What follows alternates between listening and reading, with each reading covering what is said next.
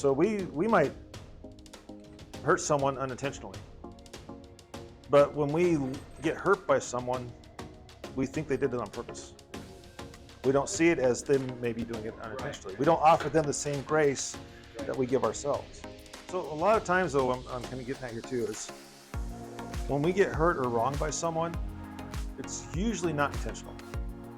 Most people don't wake up in the morning and go, you know what, I'm going to make this person's life miserable today. Sometimes it happens, but most of the time not. Going back to loving your enemies, though, we need to show people the same grace that we show ourselves in these matters. And then it goes down to the golden rule, treat others like you want to be treated. So put yourself in the other person's shoes.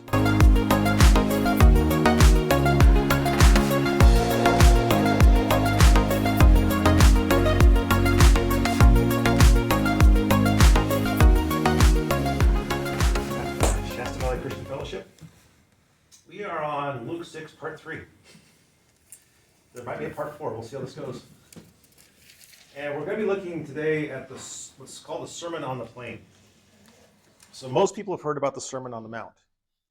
Very famous, the blessings, all that. A lot of people will argue that this is the same sermon. I don't think so. Specifically, the geographic? Yeah, thank you. The geographic area is different. In Matthew, with the Sermon on the Mount, Jesus went up on a hillside. In this one, he goes down to a level place. That's why it's called the plain, is because he went down to a level place. And he's speaking to a different group of people here. It's still his disciples, but like the crowd that's around them, it mentions different groups of people in Matthew. So I think it's a different sermon. Why are they similar? Well, back then they didn't have podcasts, they didn't have YouTube, they didn't have cassette tapes even. So a way to re-emphasize a message is just to repeat it. And even I've done this, like my mission trips down to Mexico. I'll go to churches, it'll be the same basic message, but I'll change the wording a little bit because I can see different things that need to be, talked about with the group that I'm talking to. And so the same thing was probably going on with Jesus. It's like, you guys need to work on this, and, because we'll see it too. He starts off talking to his disciples. Do I need to slow down? He starts off talking just to his disciples. And then partway through it, he starts talking to anyone that's listening. So let's go ahead and jump into it. Luke 6, I think we're starting in verse 13. Okay, yeah, it's verse 17, sorry. Luke 6, verse 17. He went down with them and stood on a level place. A large crowd of his disciples were there, and a great number of people from all over Judea, from Jerusalem, and from the coastal region around Tyre and Sidon, who had come to hear him and to be healed of their diseases. Those troubled by impure spirits were cured, and the people all tried to touch him because power was coming from him and healing them all. Looking at his disciples, he said, "Blessed are you who are poor, for yours is the kingdom of God. Blessed are you who hunger now, for you will be satisfied.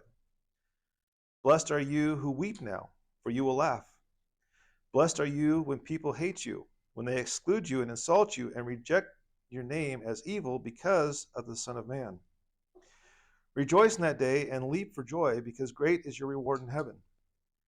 For that is how their ancestors treated the prophets. But woe to you who are rich, for you have already received your comfort. Woe to you who are well fed now, for you will go hungry. Woe to you who laugh now, for you will mourn and weep.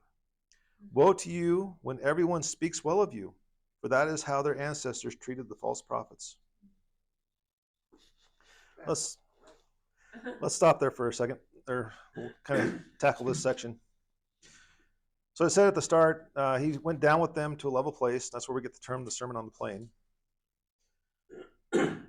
The people that would argue that this is the same sermon as the Sermon on the Mount are saying that it's like a plateau on the hillside is what they figured. But like I said, I'm really seeing these two different sermons.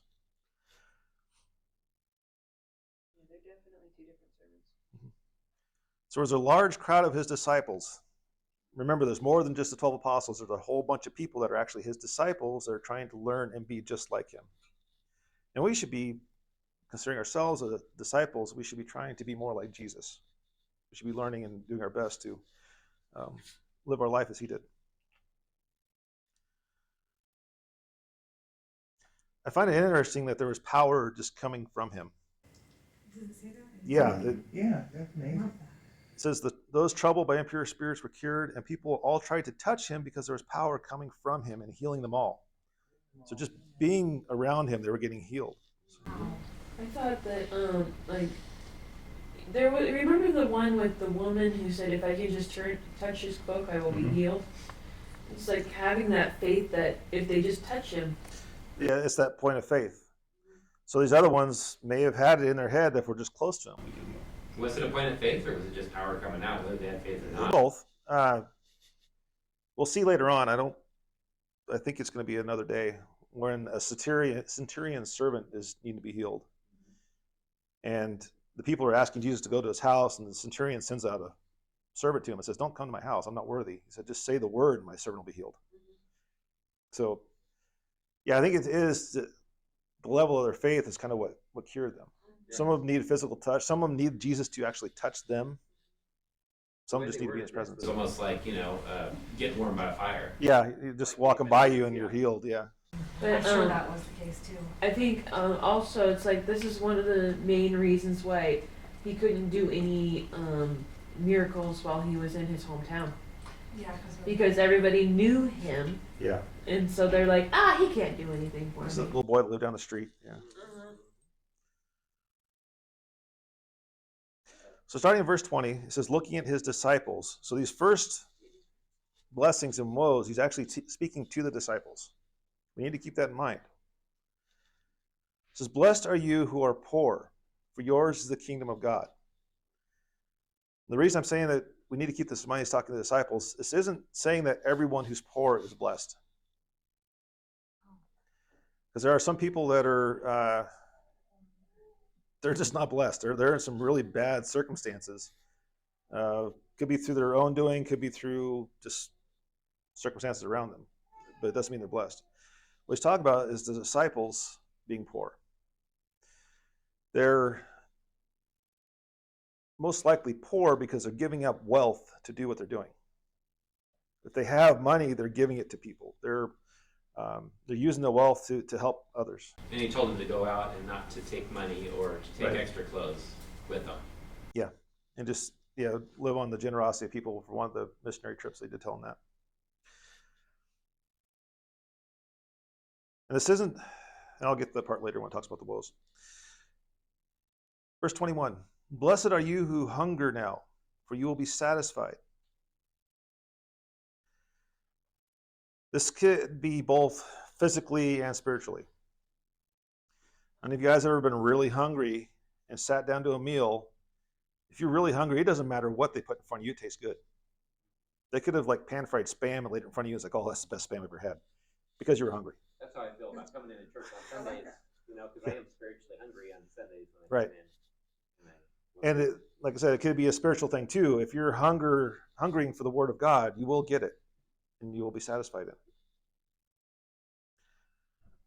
And I'll talk the counter of that when we get to the woes. It says, blessed are you who weep now, for you will laugh. If you're at a low point, there's something higher to look forward to. There's something better coming.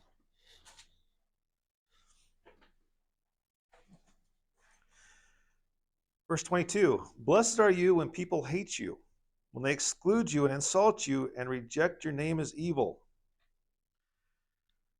But notice the qualifier on here, because of the Son of Man.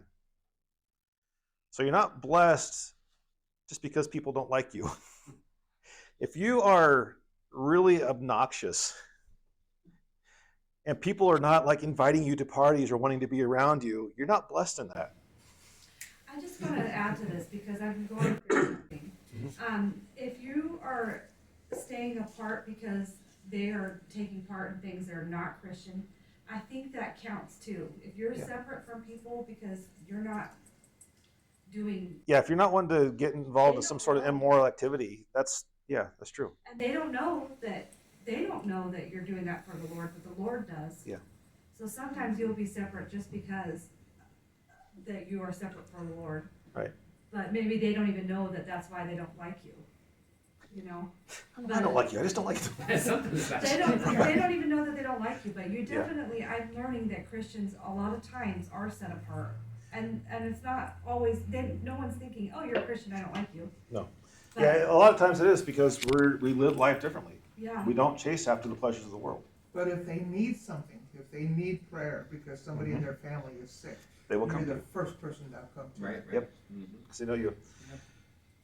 So the blessing here is if, like you're saying, you're living the Christian life and someone just can't stand it. I've run into these people. There are people out there that hate anything to do with God. And so if they are excluding you, insulting you, whatever, there's a blessing that will come from that. Because that's the same way that the prophets were treated. When the prophets came and they gave a message that the people didn't like, they were physically abused, beaten, killed, but they still had a blessing that's coming to them afterwards. That's what he's saying. So even if we don't see it in this life, there will be a blessing coming.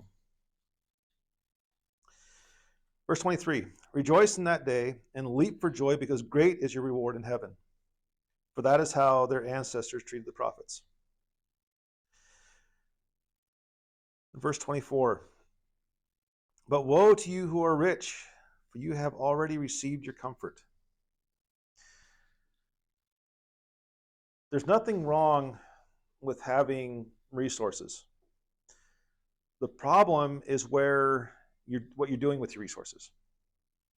Are you using them for your own comfort and luxury, or are you using them to help people? That's what he's getting at here. So if you're using them for your own comfort, then you've received whatever blessing you're going to get out of that. If you're using it to help someone else, feed someone who's starving, put clothes on somebody who doesn't have any clothes, whatever, there's a future blessing in that.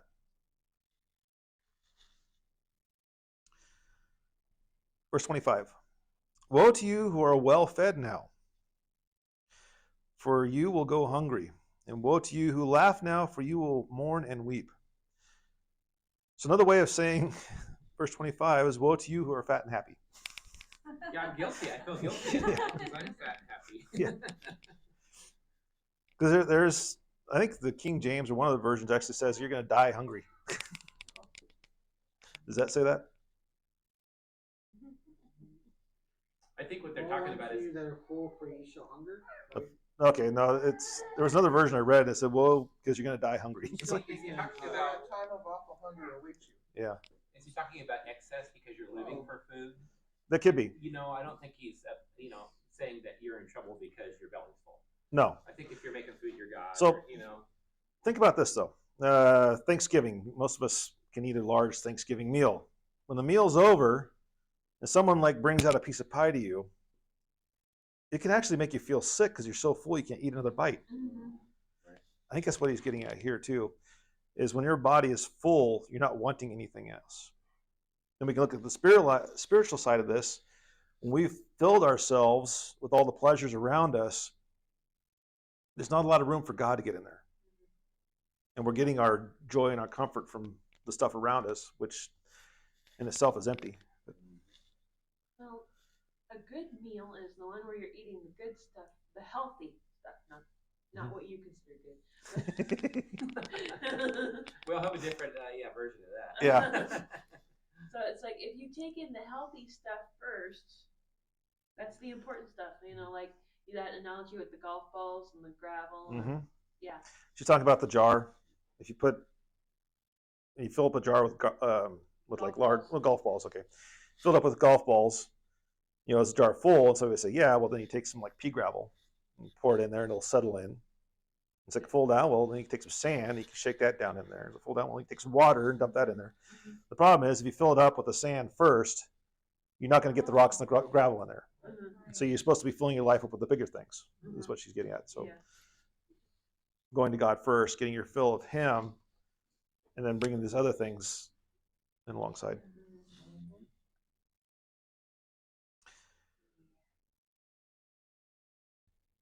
Then woe to you who laugh now, for you will weep and mourn. All I can say to that is there will be a time coming when you're going to be probably in a depression. And it's you're at a high point and you're going downhill from there. Whereas when you're weeping and crying, you're at a low point. You're going to be looking to go up from there. Why does it feel like if you're doing well, it's almost not good? That's not what it's saying. It's not what it's saying? No. Because he's saying, if you, I always kind of feel like that, like, You feel guilty if you're doing okay. well, doing well. I don't think it has to, it's not talking about like how you're talking about your livelihood. It's talking about your walk with the Lord. So if you're walking with the Lord well, I shouldn't say that. So That's not quite when right. we look at this stuff, this is kind of backwards to what we think. Uh-huh. Yeah. We think that a person who's full and wealthy is the happy person. Mhm. And in this time when he's preaching, that's what the Jews thought. The Jews thought that rich people were more blessed by God than the poor people. And so that's what he's doing. He's kind of turning that whole idea up on end, Mhm. that your wealth has nothing really to do with how much God's blessing you. How much food you have doesn't really have too much to do with how God's blessing you. Well, the rich guys often would hoard their money. They wouldn't give to the poor and help No. out their fellow man. They wouldn't even take care of their parents. Yeah. And a lot of times, they're not getting their money legally either. Yeah. They're hurting somebody else to get that money, Mhm. step on somebody to raise up. They might even be doing it legally. They may have find some loophole where they can still get away with doing that. So Oh, they do that a lot. Yeah. What I'm thinking of is when he's saying, those who are first will be last. Mhm. But I guess that's what it is. Our value should be in the Lord. Yeah. Not in find your strength, find your value in the Lord. If you are blessed with a large income, that doesn't mean you got to go give everything away. No. It's saying use that to help people. Uh-huh. That It's like you've been given a lot of talents. No. The one rich kid that came to Jesus said, "What do I need to do to be perfect?" He says, "Well, give all your money away and come follow me." The reason he did that is because he knew the money was controlling that kid. Yeah. So if you're at a point to where your life revolves around money, that dictates your life. There's a problem there, because where your treasure is where your heart is going to be. So you need to get away from that control of the treasure, put your heart and trust in God. Right, because then if you lose your money, then you're just destitute. You have nothing to live for anymore.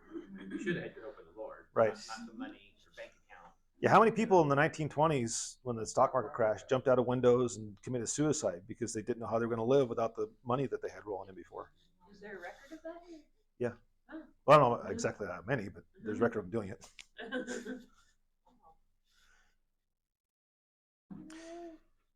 Verse 26, "Woe to you when everyone speaks well of you, for that is how their ancestors treated the false prophets."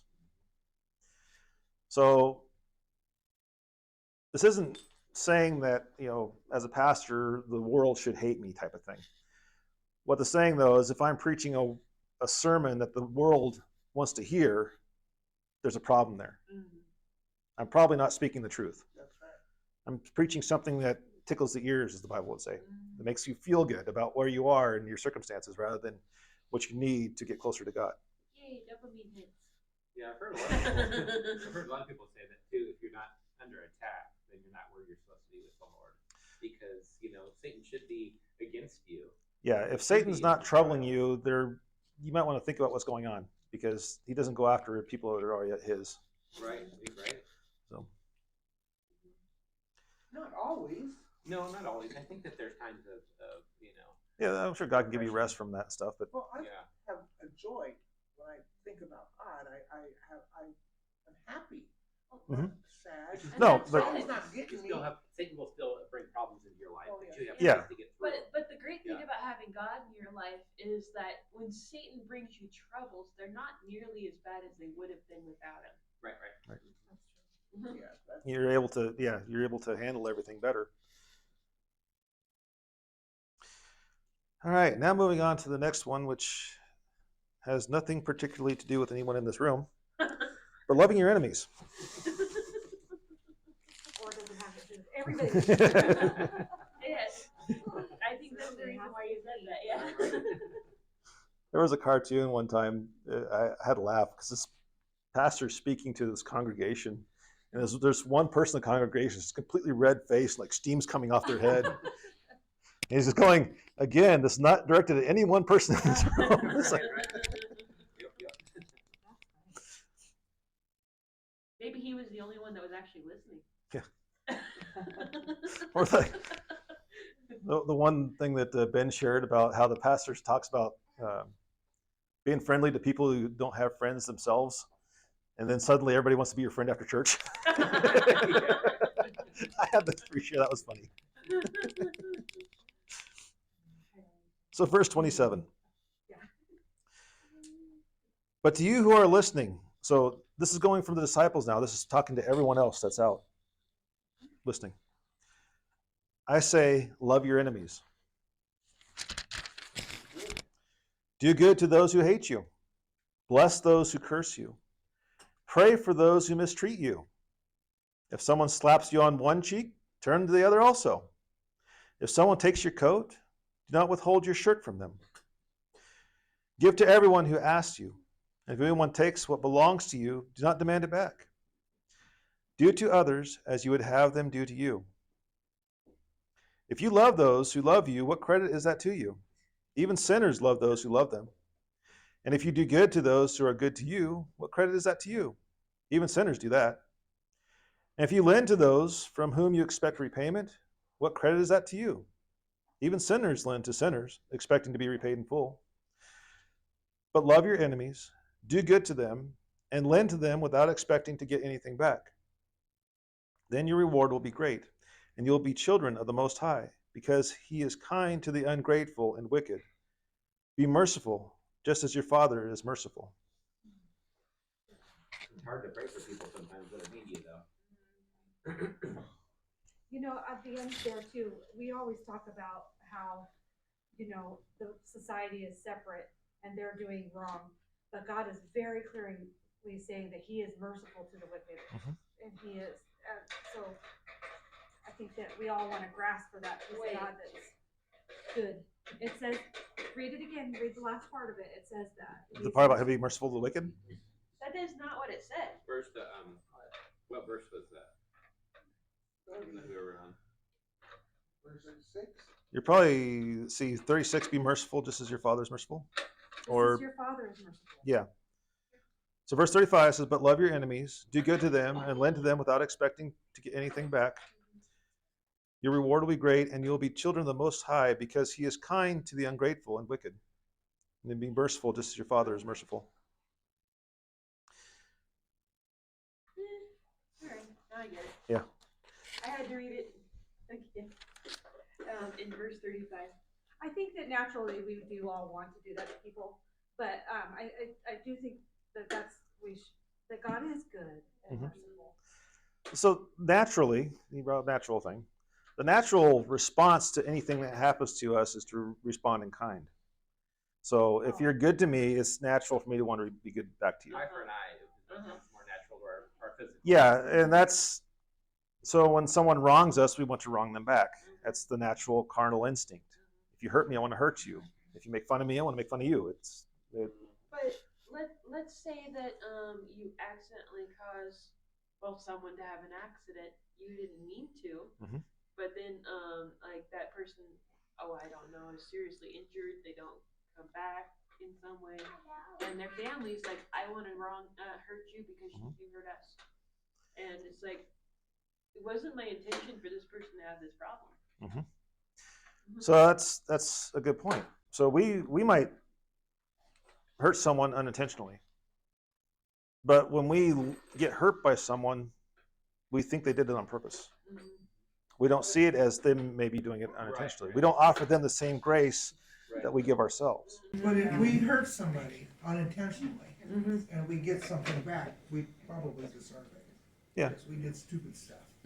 Well, at that point, when we are forgiven and they are merciful to us because we feel so bad and know we did something wrong, then it's very important we offer that to someone else when they're doing something wrong to us. The best you can do is be forgiving of someone else. Yeah. You know? So a lot of times, though, I'm kind of getting at here too, is when we get hurt or wronged by someone, it's usually not intentional. It's Most not. people don't wake up in the morning and go, you know what, I'm going to make this person's life miserable today. Yeah. Sometimes it happens, but most of the time not. That's so true. That's so true. And I have a friend that just swears up and down that this person hurt her on purpose. Yeah, but I take it personal if it happens right away. I think, oh, they planned it. That's the first thing that pops into my head. Not, oh, it was unintentional. Yeah. Or like if you bought a used car from somebody and it breaks down the next day, all they knew it was going to break down. Yeah, right. That's the one that's hard to love, and you need to So give the benefit. going back to loving your enemies, though, we need to show people the same grace that we show ourselves in these matters. Yes. And then it goes down to the golden rule, treat others like you want to be treated. So put yourself in the other person's shoes. If you were just had this happen to you, whatever you caused them, how would you feel? And what would you want to compensate for that or whatever? What would make you feel better in that circumstance? And that's what we should be doing. Yeah, I think a lot of it too is like, where you wake up in the morning if you have some trouble going on in your life, and then it unintentionally spills over onto somebody else. Right. Yeah. A lot of the time, you're already having a bad morning. It can happen. Even I've done that where you're just miserable and the wrong person just looks at you funny and Yep. Yeah. I get it. I'm guilty of That's that. where Had a rough I'm at. night. I'm guilty of that. It's not necessarily the wrong person. Somebody just crosses your path at the wrong Yeah. time. Yeah, because you're already ready to explode, and It's a hair trigger. Yeah, the good thing these verses have nothing to do with us. right. This is for the rest of the people, right? Not us. Yeah, we can tell it's other people. Yeah, right. That's what we're learning. Sometimes it's not that. Sometimes you have to deal with somebody who is just difficult, and you have to be nice to them while they're being difficult. Mm-hmm. And I do tell people, because this happens to a lot of people, it's only for a moment that you have to deal with them. You don't continually. God keeps you there for a little bit, but sometimes you have to pray the whole time you're talking to them. Sometimes you have to, prepare yourself ahead of time to be nice to them, even though they're difficult. That's what Scott does before he comes in on Sundays. Probably. He's asking nice to these people. I had a guy I worked with years ago, and the way it was set up is I'd have to work with him for a week straight. This is the way the shifts work, where we're like together for the whole day for a week straight. And this guy just rubbed me the wrong way. I literally wanted to strangle the guy, but there's laws against that. And I couldn't figure it out. I wasn't the strong Christian that I am now, and I really had a hard time with that. And finally, I went and talked to my boss, and I said, "Why do you keep putting me with this guy?" He goes, "Because you're the only one that actually hasn't said anything about it." It's like, okay. It's hard. So when we get into situations like that, what Jesus is saying, we need to pray for them. Yeah. And there's something that happens too when we do this. So we're praying for this person. We're investing in that person. We're wanting to see something better for this person, which changed our whole anger attitude of this rivalry. There was a Episcopalian pastor, I can't remember his name right now, but he was saying that everyone should pray for their worst enemy for 30 days straight. You pray for him day after day after day for 30 days straight. I like that challenge. Pick your worst enemy and do that. Well, there was a guy in there that had basically been brought into the meeting disgruntled. He really didn't want to be there. And he gets up and he goes, "I don't know who's going to be the blankety blank jerk that's going to make me pray for blankety." And the pastor looks at him and goes, "You can't say that until you've done it. Go home, do it for 30 days, come back and let me know what happened." So the guy goes home. He shows up at the next meeting 30 days later. Then the next one 30 days later. And the next one, he gets saved. He ends up becoming a pastor. So, yeah, when you start praying for your enemies, it's powerful. I know too that if you pray for him right away when somebody does you wrong, it just takes all that off of you, like right away. Yeah, you can vent that anger. Yeah. Just let God have Because it. you can't pray for somebody and be angry at them at the same time. If you mean a good prayer towards them, Yeah. you cannot stay angry. Yeah, towards if you're them. not You praying can't that God's pray going to for smite them in some way. them. Right, exactly. If you're praying that they're... Yeah, I Like, suppose Lord, that's a they're prayer. obviously having something going on in their lives. I don't know what it is, but you do. Please help them with it. I Yeah. try to pray for their blessings. Like, like I'll get cut off in traffic, and instead of getting mad, I'll be like, you know what, God, please help them have a great day and just bless them tremendously. See- And that just takes it off me like that. Yeah, Not so me. Yeah. when we do something, it's because of our circumstances or something going on around us. When someone else does something to us, it's because of their character a lot of times. I'm getting back to that same thing I started with. That's so true. When we need to offer them again that same grace, we don't know what's going on in their lives. We don't know if this person just lost someone important to them, or maybe their doctor just changed the medication. I don't know, but Yeah, it's very real. It's very we really need to be offering these people the same grace that we offer ourselves. And that's the hard part. We're very good about letting ourselves go when we do things wrong, but we're very judgmental towards other people. Well, yeah, with driving, it gets me when people cut me off all the time. But then I think of when my dad was having a heart attack, we were rushing him to the hospital, and we were cutting off a bunch of people on the way there. Yeah. Well, everybody's maybe has their own reasons to get where they're going. And I have a reason to do what I do. I got upset with somebody yesterday for being at the stop sign, and they were sitting there, and I was getting ready to go by them, and they pulled out just before I got to them. Oh, yes. Frustrating. Road rage is real. Let's go ahead and do, Come on, we gotta do it. Do not judge others. okay, we'll keep going through it. Hopefully I can get through this. We might make it through the end of the chapter today. We'll see. Verse 37. Do not judge, and you will not be judged. Do not condemn, and you will not be condemned. Forgive, and you will be forgiven. Give, and it will be given to you. A good measure, pressed down, shaken together, and running over, will be poured out into your lap. With the measure you use, it will be measured to you. He also told them this parable. Can the blind lead the blind? Will they not both fall into a pit? The student is not above the teacher, but everyone who is fully trained will be like their teacher. Why do you look at the speck of sawdust in your brother's eye and pay no attention to the plank in your own? How do you say to your brother, "Brother, let me take the speck out of your eye," when you yourself fail to see the plank in your own eye? You hypocrite. First take the plank out of your own eye, and then you'll see clearly to remove the speck from your brother's eye. So that really kind of goes on with what we were saying before about offering grace to people. A lot of times we jump right to judgmentalism. We're very judgy of people, how they dress and whatever, when we don't really have no idea what's going on with them. That's just so true. I noticed that in my own life. Anytime I am judgmental or unforgiving of someone, I do the same thing later that they do. Yes, it's definitely what the scripture's speaking about. So notice here too what he's saying though, verse 37, do not condemn and you will not be condemned. Forgive and you will be forgiven. If you're walking around being judgmental about everyone that's around you, people are going to start being judgmental towards you. Yes, that's so very true. Right. If you're walking around offering blessing, if you're offering grace to people, it's going to come back to you. The New Agey people would call it karma. But God says what you're planting is what you're reaping. So if we're being good to people, goodness will come back to us. This isn't a guarantee every single time, but it's a general rule that when we are good, goodness comes back to us. Yeah, I definitely have to work on the judgmental part, because I'm judgmental towards people. I'm guilty of that. I'll just see certain people and I'm just judgmental. It's It's true. I actually catch myself doing it. Yeah. And I'll walk by someone, and the thought will enter my head, and it's like, no, that's not right. Yeah, and you wonder if it's even you thinking it sometimes, because Yeah, you don't think that way all the time. no. I've It's just like recently Satan putting that gotten in my head, or into what? judging people. But I think it's because life is hard for me that I have a hard time handling people. But I didn't used to be that way. But I do notice anytime I'm hard on someone else, I get right into where they're doing. I don't know what it is.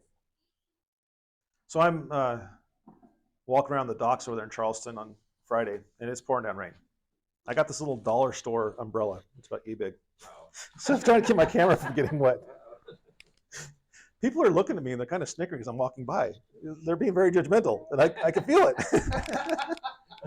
But I'm thinking about, like, I probably really do look silly. It's like, but yeah. That's funny. At least they were smiling when they were snickering. So Oh, yeah. You know, if they're laughing at me, they're leaving somebody else. yeah, I'm making somebody happy. That's funny. glad that I can laugh at myself. Then on to verse 41.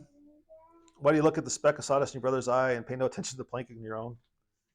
Again, we are so good at giving ourselves grace. A lot of times we don't even think about the things we're doing. But we start looking at our brother, we can definitely point all the faults in his life. And it's like, yeah, maybe we need to straighten out our own life, and then we'll be better able to help our brother with his. But that's harder. Oh, yeah. Yeah, it's a lot harder to take care of your own business. I wonder why we can't see it in ourselves, what we see in others, Yeah. Is it just because I would Because we're on point? the outside looking in. It's kind of like when you're reading a story and you're like just talking to the character and being like, "Why are you doing this?" There- Yeah. So I worked at a microchip plant, and there was a lady there whose sole job was to make sure that all of us workers got together, or got along together. That was her only job, is to make sure there was no divisions or things developing. And I got to be friends with her. We actually just talk all the time. I just didn't talk to her just for friends. And there was one point where she found herself in the middle of a dispute thing that was going on. And we were talking about it. I said, it's a lot harder when you're on the inside, isn't it? And she said, yeah, it's very hard to deal with because it's hard to see the overall picture when all you're doing is shielding yourself from blame and attacks. And so, Well, somebody lies on you, like in a situation like that, Mhm. it would be so hard to pray for them. yeah, it can be very hard. That's why we need the Holy Spirit, because there's a lot of things that Jesus tells us to do that it's pretty much impossible for us to do ourselves. We need the Holy Spirit to do it. But at the same time, if you think about all the grace that God's given us, and we need to be just as graceful, we need to be offering a lot more grace to the people around us than we do. But I get you. I have a hard time too. And basically, when I try to help someone and they stab me in the back, that's the hardest one for me to try and forgive and help them out, because I really don't want to be around them after that. So, but that's Is something that I a need to bad work on. thing? That you don't want It's to be something I around should that work on. individual? I think that it comes and goes. You just take it as God gives it to you, and you don't have to stay around that individual. So going back to the whole, we don't know what circumstances they're in. Take a foster child. This child is probably grown up in, or at least to the age they are, not being loved. So you take them into your house. You try to show them love. They are going to do their best to prove to you that they cannot be loved. They're going to act up. They're going to do all kinds of things to make you angry because they can't handle the fact that you might actually love them. So when that happens, do we hate them? No. But we need to understand that's what's going on. Because if you just take a strange kid to your house, have no clue what's going on, this kid's like throwing things and doing his best to make your life miserable. Well, why is that? Well, it's because they don't think they can be loved. So you need to show them that they can be loved. So these people that stab me in the back, I need to work on myself to get to a point to where I can approach it from a different angle and try and bring them into Christ. Well, they're stabbing you in the back and saying bad things about you because they know that you're a Christian. They know that you're trying. And Jesus says I'm blessed in that. So So we just the more they do it, the more I'm blessed. I don't think that this is, I think there's more to life than that too. There is a time where you separate yourself. There is a time where you shouldn't be abused. There's a time where you say, no, this is a boundary that you shouldn't cross. I do believe that. Right, depends on the circumstance. It depends on the Situation. circumstances. We should forgive when God puts someone Yeah. in our life. I've talked about it too, where, let's say you went to pet a dog and it bit you. I can forgive the dog, but I'm not going to stick my hand back out there again to get Right. bit. Yeah. There is a. It's easier to forgive dogs. And I might figure a different way. Yeah. I might figure a different way to help that dog out where I'm not going to get myself bit. So you just got to figure out a different way. So maybe the next time I try and help that person, it might be through a third body. I might have someone else that gets along better with them, help them out that way. So it's about loving your enemies, right? Let's keep going. I'm going to try and get through the end of this chapter. A tree and its fruit. No good tree bears bad fruit, nor does a bad tree bear good fruit. Each tree is recognized by its own fruit. People do not pick figs from thorn bushes or grapes from briars. A good man brings good things out of the good stored up in his heart, And an evil man brings the evil things of the evil stored up in his heart. For the mouth speaks what the heart is full of. I think the King James says, out of the abundance of the heart, the mouth speaks. That's the way I remember that verse. I've been hearing this a lot lately and been wondering, do I have any good fruit? Because it says, you can't fake your fruit. Yeah. And You so I might want try it for a to little be while, very but it's going to good come out. fruit. I was going through something recently because I'm lashing out at people, and God said, well, I felt like He was saying, what are you thinking about? What are you conjuring up in your mind? Of course, that's what's going to come out. Mhm. So keep your heart clean. Don't think bad things, or There's a story of a guy who he broke down alongside the road, and he got a flat tire. He had a spare tire, but he didn't have a jack. There's a farmhouse. He could see the light way up the road. So he figured he'd just walk up there to see if he can get the jack. Well, along the way, he's trying to figure out how he's going to ask for this jack. And he kind of gets in his head that they're going to be rude to him. He's trying to figure out how he's going to respond to that. Well, by the time he gets up the door, he knocks on the door. They say, hello. He goes, you can keep your jack, and walks off. Right. Because that's what he had in his heart. That's the way it was going to go. He never actually asked for the thing. He just, and we'll do the same thing. That's part of being judgmental. We'll approach an area, a conversation, people, and we're expecting it to go a certain way, and we'll respond or even start off on the wrong foot because we have in our head it's going to go a certain way. Yeah. So the tree your fruit is going to signify what you are. If you're constantly blowing up at people, there might be an issue there. You might want to look into that. You can. We're not supposed to judge each other, but we are supposed to be fruit inspectors. So we can kind of look at other Christians and say, that one's probably having a problem with this. And we shouldn't just leave it at that. We might want to come alongside them and help them with that. Because I actually had a similar conversation with some New Agey people here this weekend.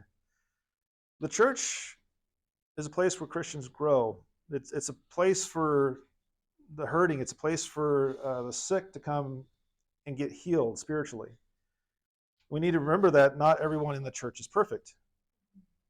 And so when we need to realize that as we come to the church, the people around us are not perfect, just like we aren't perfect. I'm thinking about bubble wrap Christians. That was good, yeah. And I totally lost where I was going with that. Sorry. I think I lost it before you said anything.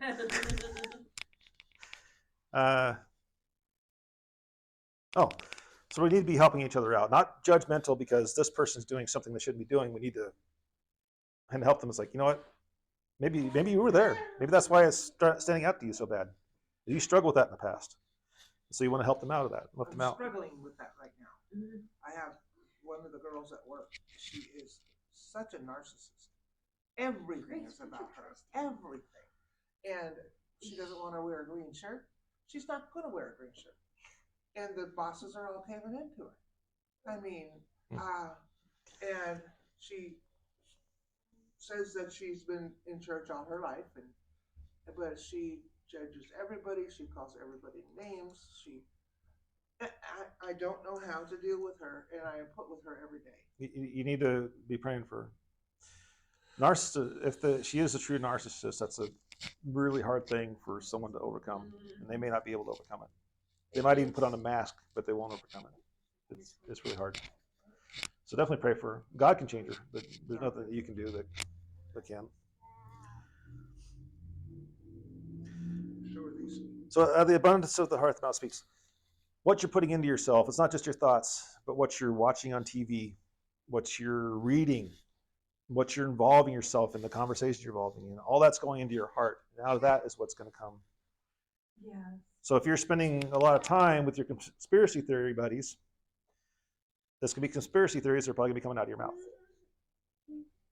That's the way it is. If you're spending your time with a very loving group of brothers and sisters, then there'll be loving stuff that's coming out of your mouth. You can tell what's coming out, what the person's been doing by what they're saying and how they're acting. We can put on a mask, but it'll be seen through after a while. Almost done. Verse 46. Why do you call me Lord, Lord, and do not do what I say? As for everyone who comes to me and hears my words and puts them into practice, I will show you what they are like. They are like a man building a house who dug down deep and laid the foundation on rock. When a flood came, the torrent struck that house, but could not shake it because it was well built. But the one who hears my words and does not put them into practice is like a man who built a house on the ground without a foundation. The moment the torrent struck that house, it collapsed, and its destruction was complete. Reminds me of your tent in the rain. Yeah, it was anchored It down. was floating. It wasn't completely floating. The bottom was floating, but no, it was anchored down in the wind. There was a couple points in the middle of the night where I actually felt the wind like blow through the tent. Oh, wow. It was crazy. So verse 46, starting off there. Why do you call me Lord, Lord, and don't do what I say? That's like an oxymoron. If a person is the Lord or your Lord, you're going to do what they say. They're going to give you a command and you're going to do it. If you can't say no, Lord, that doesn't work. You can say no, sir, or something like that. But like Peter, he's up on the rooftop. God lets down this thing from heaven with all the food in there. He says, take and eat. And Peter says, not so, Lord. Well, at that point, God was not his Lord Right. because he wasn't doing what God said. And that's what Jesus is getting at. You guys are calling me Lord, not just Lord, but Lord, Lord. The double adds extra emphasis to it. But they're not doing what he says. So they're saying one thing and doing another, basically. I saw a post on Facebook and it showed like 20 different places where the Lord had said, if you love me, do my commandments, or keep Right. my commandments. And there's a bunch of places where it says that. If you love me, you'll keep my commandments. So these guys, there's probably a lot of people that were just there listening because there was miracles happening. It's kind of a cool environment to be in, but they weren't going to put his stuff into practice. And that's what he's getting at. You can come here and you can listen to this stuff, but if you don't put it into practice, when life hits you, you're not going to be able to stand up into it because you weren't already putting it into practice. You don't have the foundation in there. Does that make sense? Okay. I've definitely had to do that in the past where I've had something hard come up and I've been like, okay, well, how does the Bible say I'm supposed to react to this? And actually try to put my faith into action is different. It's a lot harder than to just read it and believe it. But to live it is different, a lot harder. Yeah, it's with your faith, definitely. The more you use it, the stronger it gets. It's like any muscle. The more you exercise it, the stronger it gets. Very true. Like you're trying to form a new habit. Say that. Yeah. With your brain, the more you use it, the stronger it gets.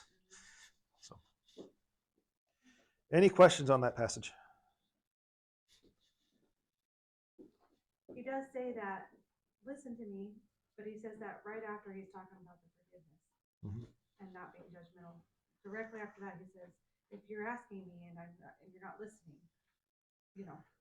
So I wonder how much emphasis is on the forgiveness. I think that is so core. Yeah, forgiveness is very important for you, not for them. Forgiveness and non-judgmental and Yeah, because if you're harboring unforgiveness, it will eat away to you. It will make you a bitter person. Like drinking poison and expecting the other person to Your apples are going to be rotten. Instead of producing cherries, you'll be producing choke cherries or something. It's not good. And the quicker you forgive, the easier it is to do it. Yeah. If you hang on to it longer, then you almost want to keep hanging on to it because you're used to hanging on to it. You don't want to forget. Yeah, you're harboring that grudge, and it becomes almost like a pet to you. I've seen people do that where they're so angry about something, they feed that. It goes on for years with some people. Yeah, they'll want to talk to others that might help feed that whole grudge thing. And I see that with our our news stuff these days. And they'll still bring it up to you. Can you believe that person did that to me 25 years ago? Yeah. Might be time to let it go. I don't know. Well, it's really hard for me to see family not talk to each other because they're holding a grudge, something that the person did 20 years ago. It's just so sad. Mm-hmm. Family. And you end up with like the Hatfields and the McCoys. two people that disagree, and I got the whole families mad at each other and killing each other. And all you can see is the other family is just pure evil. So. Yep. Mhm. All right, I think we're going to go ahead and end it there. Bye, YouTube.